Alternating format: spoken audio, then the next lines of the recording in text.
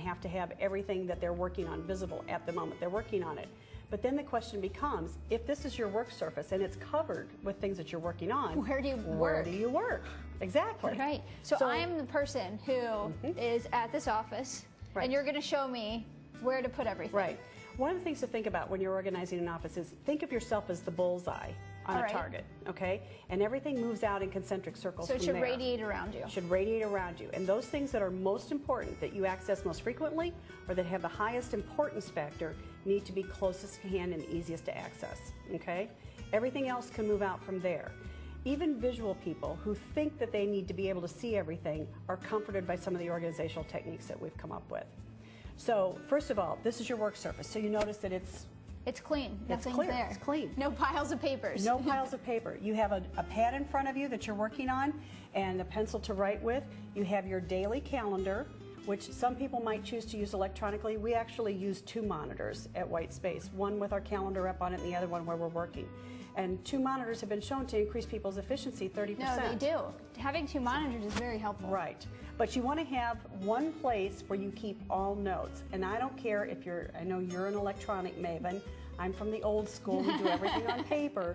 But you need to have one place, whether you keep a task list on your computer or you keep a running tally on a notepad or in your calendar. It has to be one place. So you can't have multiple notepads everywhere? No Post-its, no multiple notepads, no multiple notebooks.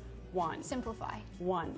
But let's talk about your workspaces. All right, so we move on away from there. Right. So again, this is your primary area and this is where you sit. The things you need most often need to be immediately at reach. So in these drawers, so that you just turn around and you can pull them out. And in here you have the basic supplies that you need for any office, and this drawer is a little messy, I have to admit, but you'll notice you've got paper clips, you've got your calculator, which we use a lot at White Space. Your tape measure, which of course is very important when you're organizing in pens and pencils. And I notice you have all of the little drawers. Absolutely. There are a lot of different drawer organizers that you could use. We like the acrylic. They come in different sizes for different size drawers, and they accommodate the needs of an office the best. And our favorite one happens to be the bathroom vanity organizer that we use in the desk. Really? You'll notice the tape dispenser's back here in the drawer. People don't use tape today. You use a stapler all the time. So I always keep my stapler out on my desktop where I can grab it quickly. Now this desk was set up for a left-handed person. Are you right or left? I'm right-handed. Right-handed. So this would not work for you because everything is to your left. Because everything I should be turning this way to grab it easy. Absolutely. Because grabbing with my left hand's awkward. It's unnatural. So, but imagine for a second that you're a left-handed person. Yes, I'm left-handed today. So we have a desktop organizer here that contains the top priority things that you're working on. I happen to like to use color to segment topics. And so I use folders and then I label them. You see here phone calls I need to make, contacted, here's scheduled. To promote efficiency, you should only keep out the folders and paper that you need that day or that you need to be able to access at a moment's notice.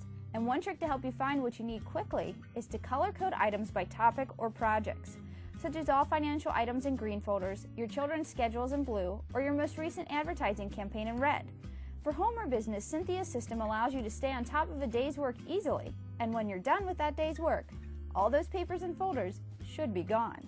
These are the things that I have to handle today before I go home. And at night when I leave, that tray is empty and my desk is clear.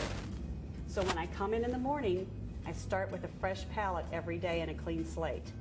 51 out of 52 CEOs polled on Wall Street said they would promote the person with the clean desk before the messy desk. And it's so you want to clean your desk to get a promotion. You want to clean your desk to get a promotion. It does equate to money, absolutely. It instills a sense of confidence. People feel like you're in control if your workspace is neat.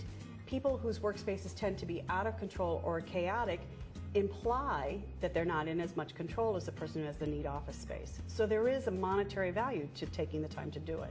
So remember, organize everything in concentric circles based on how much you use it. Only keep out what you need right at that moment. Only use one set of notes, use color coding for efficiency, and of course, keep everything in its proper place. Our mantra at White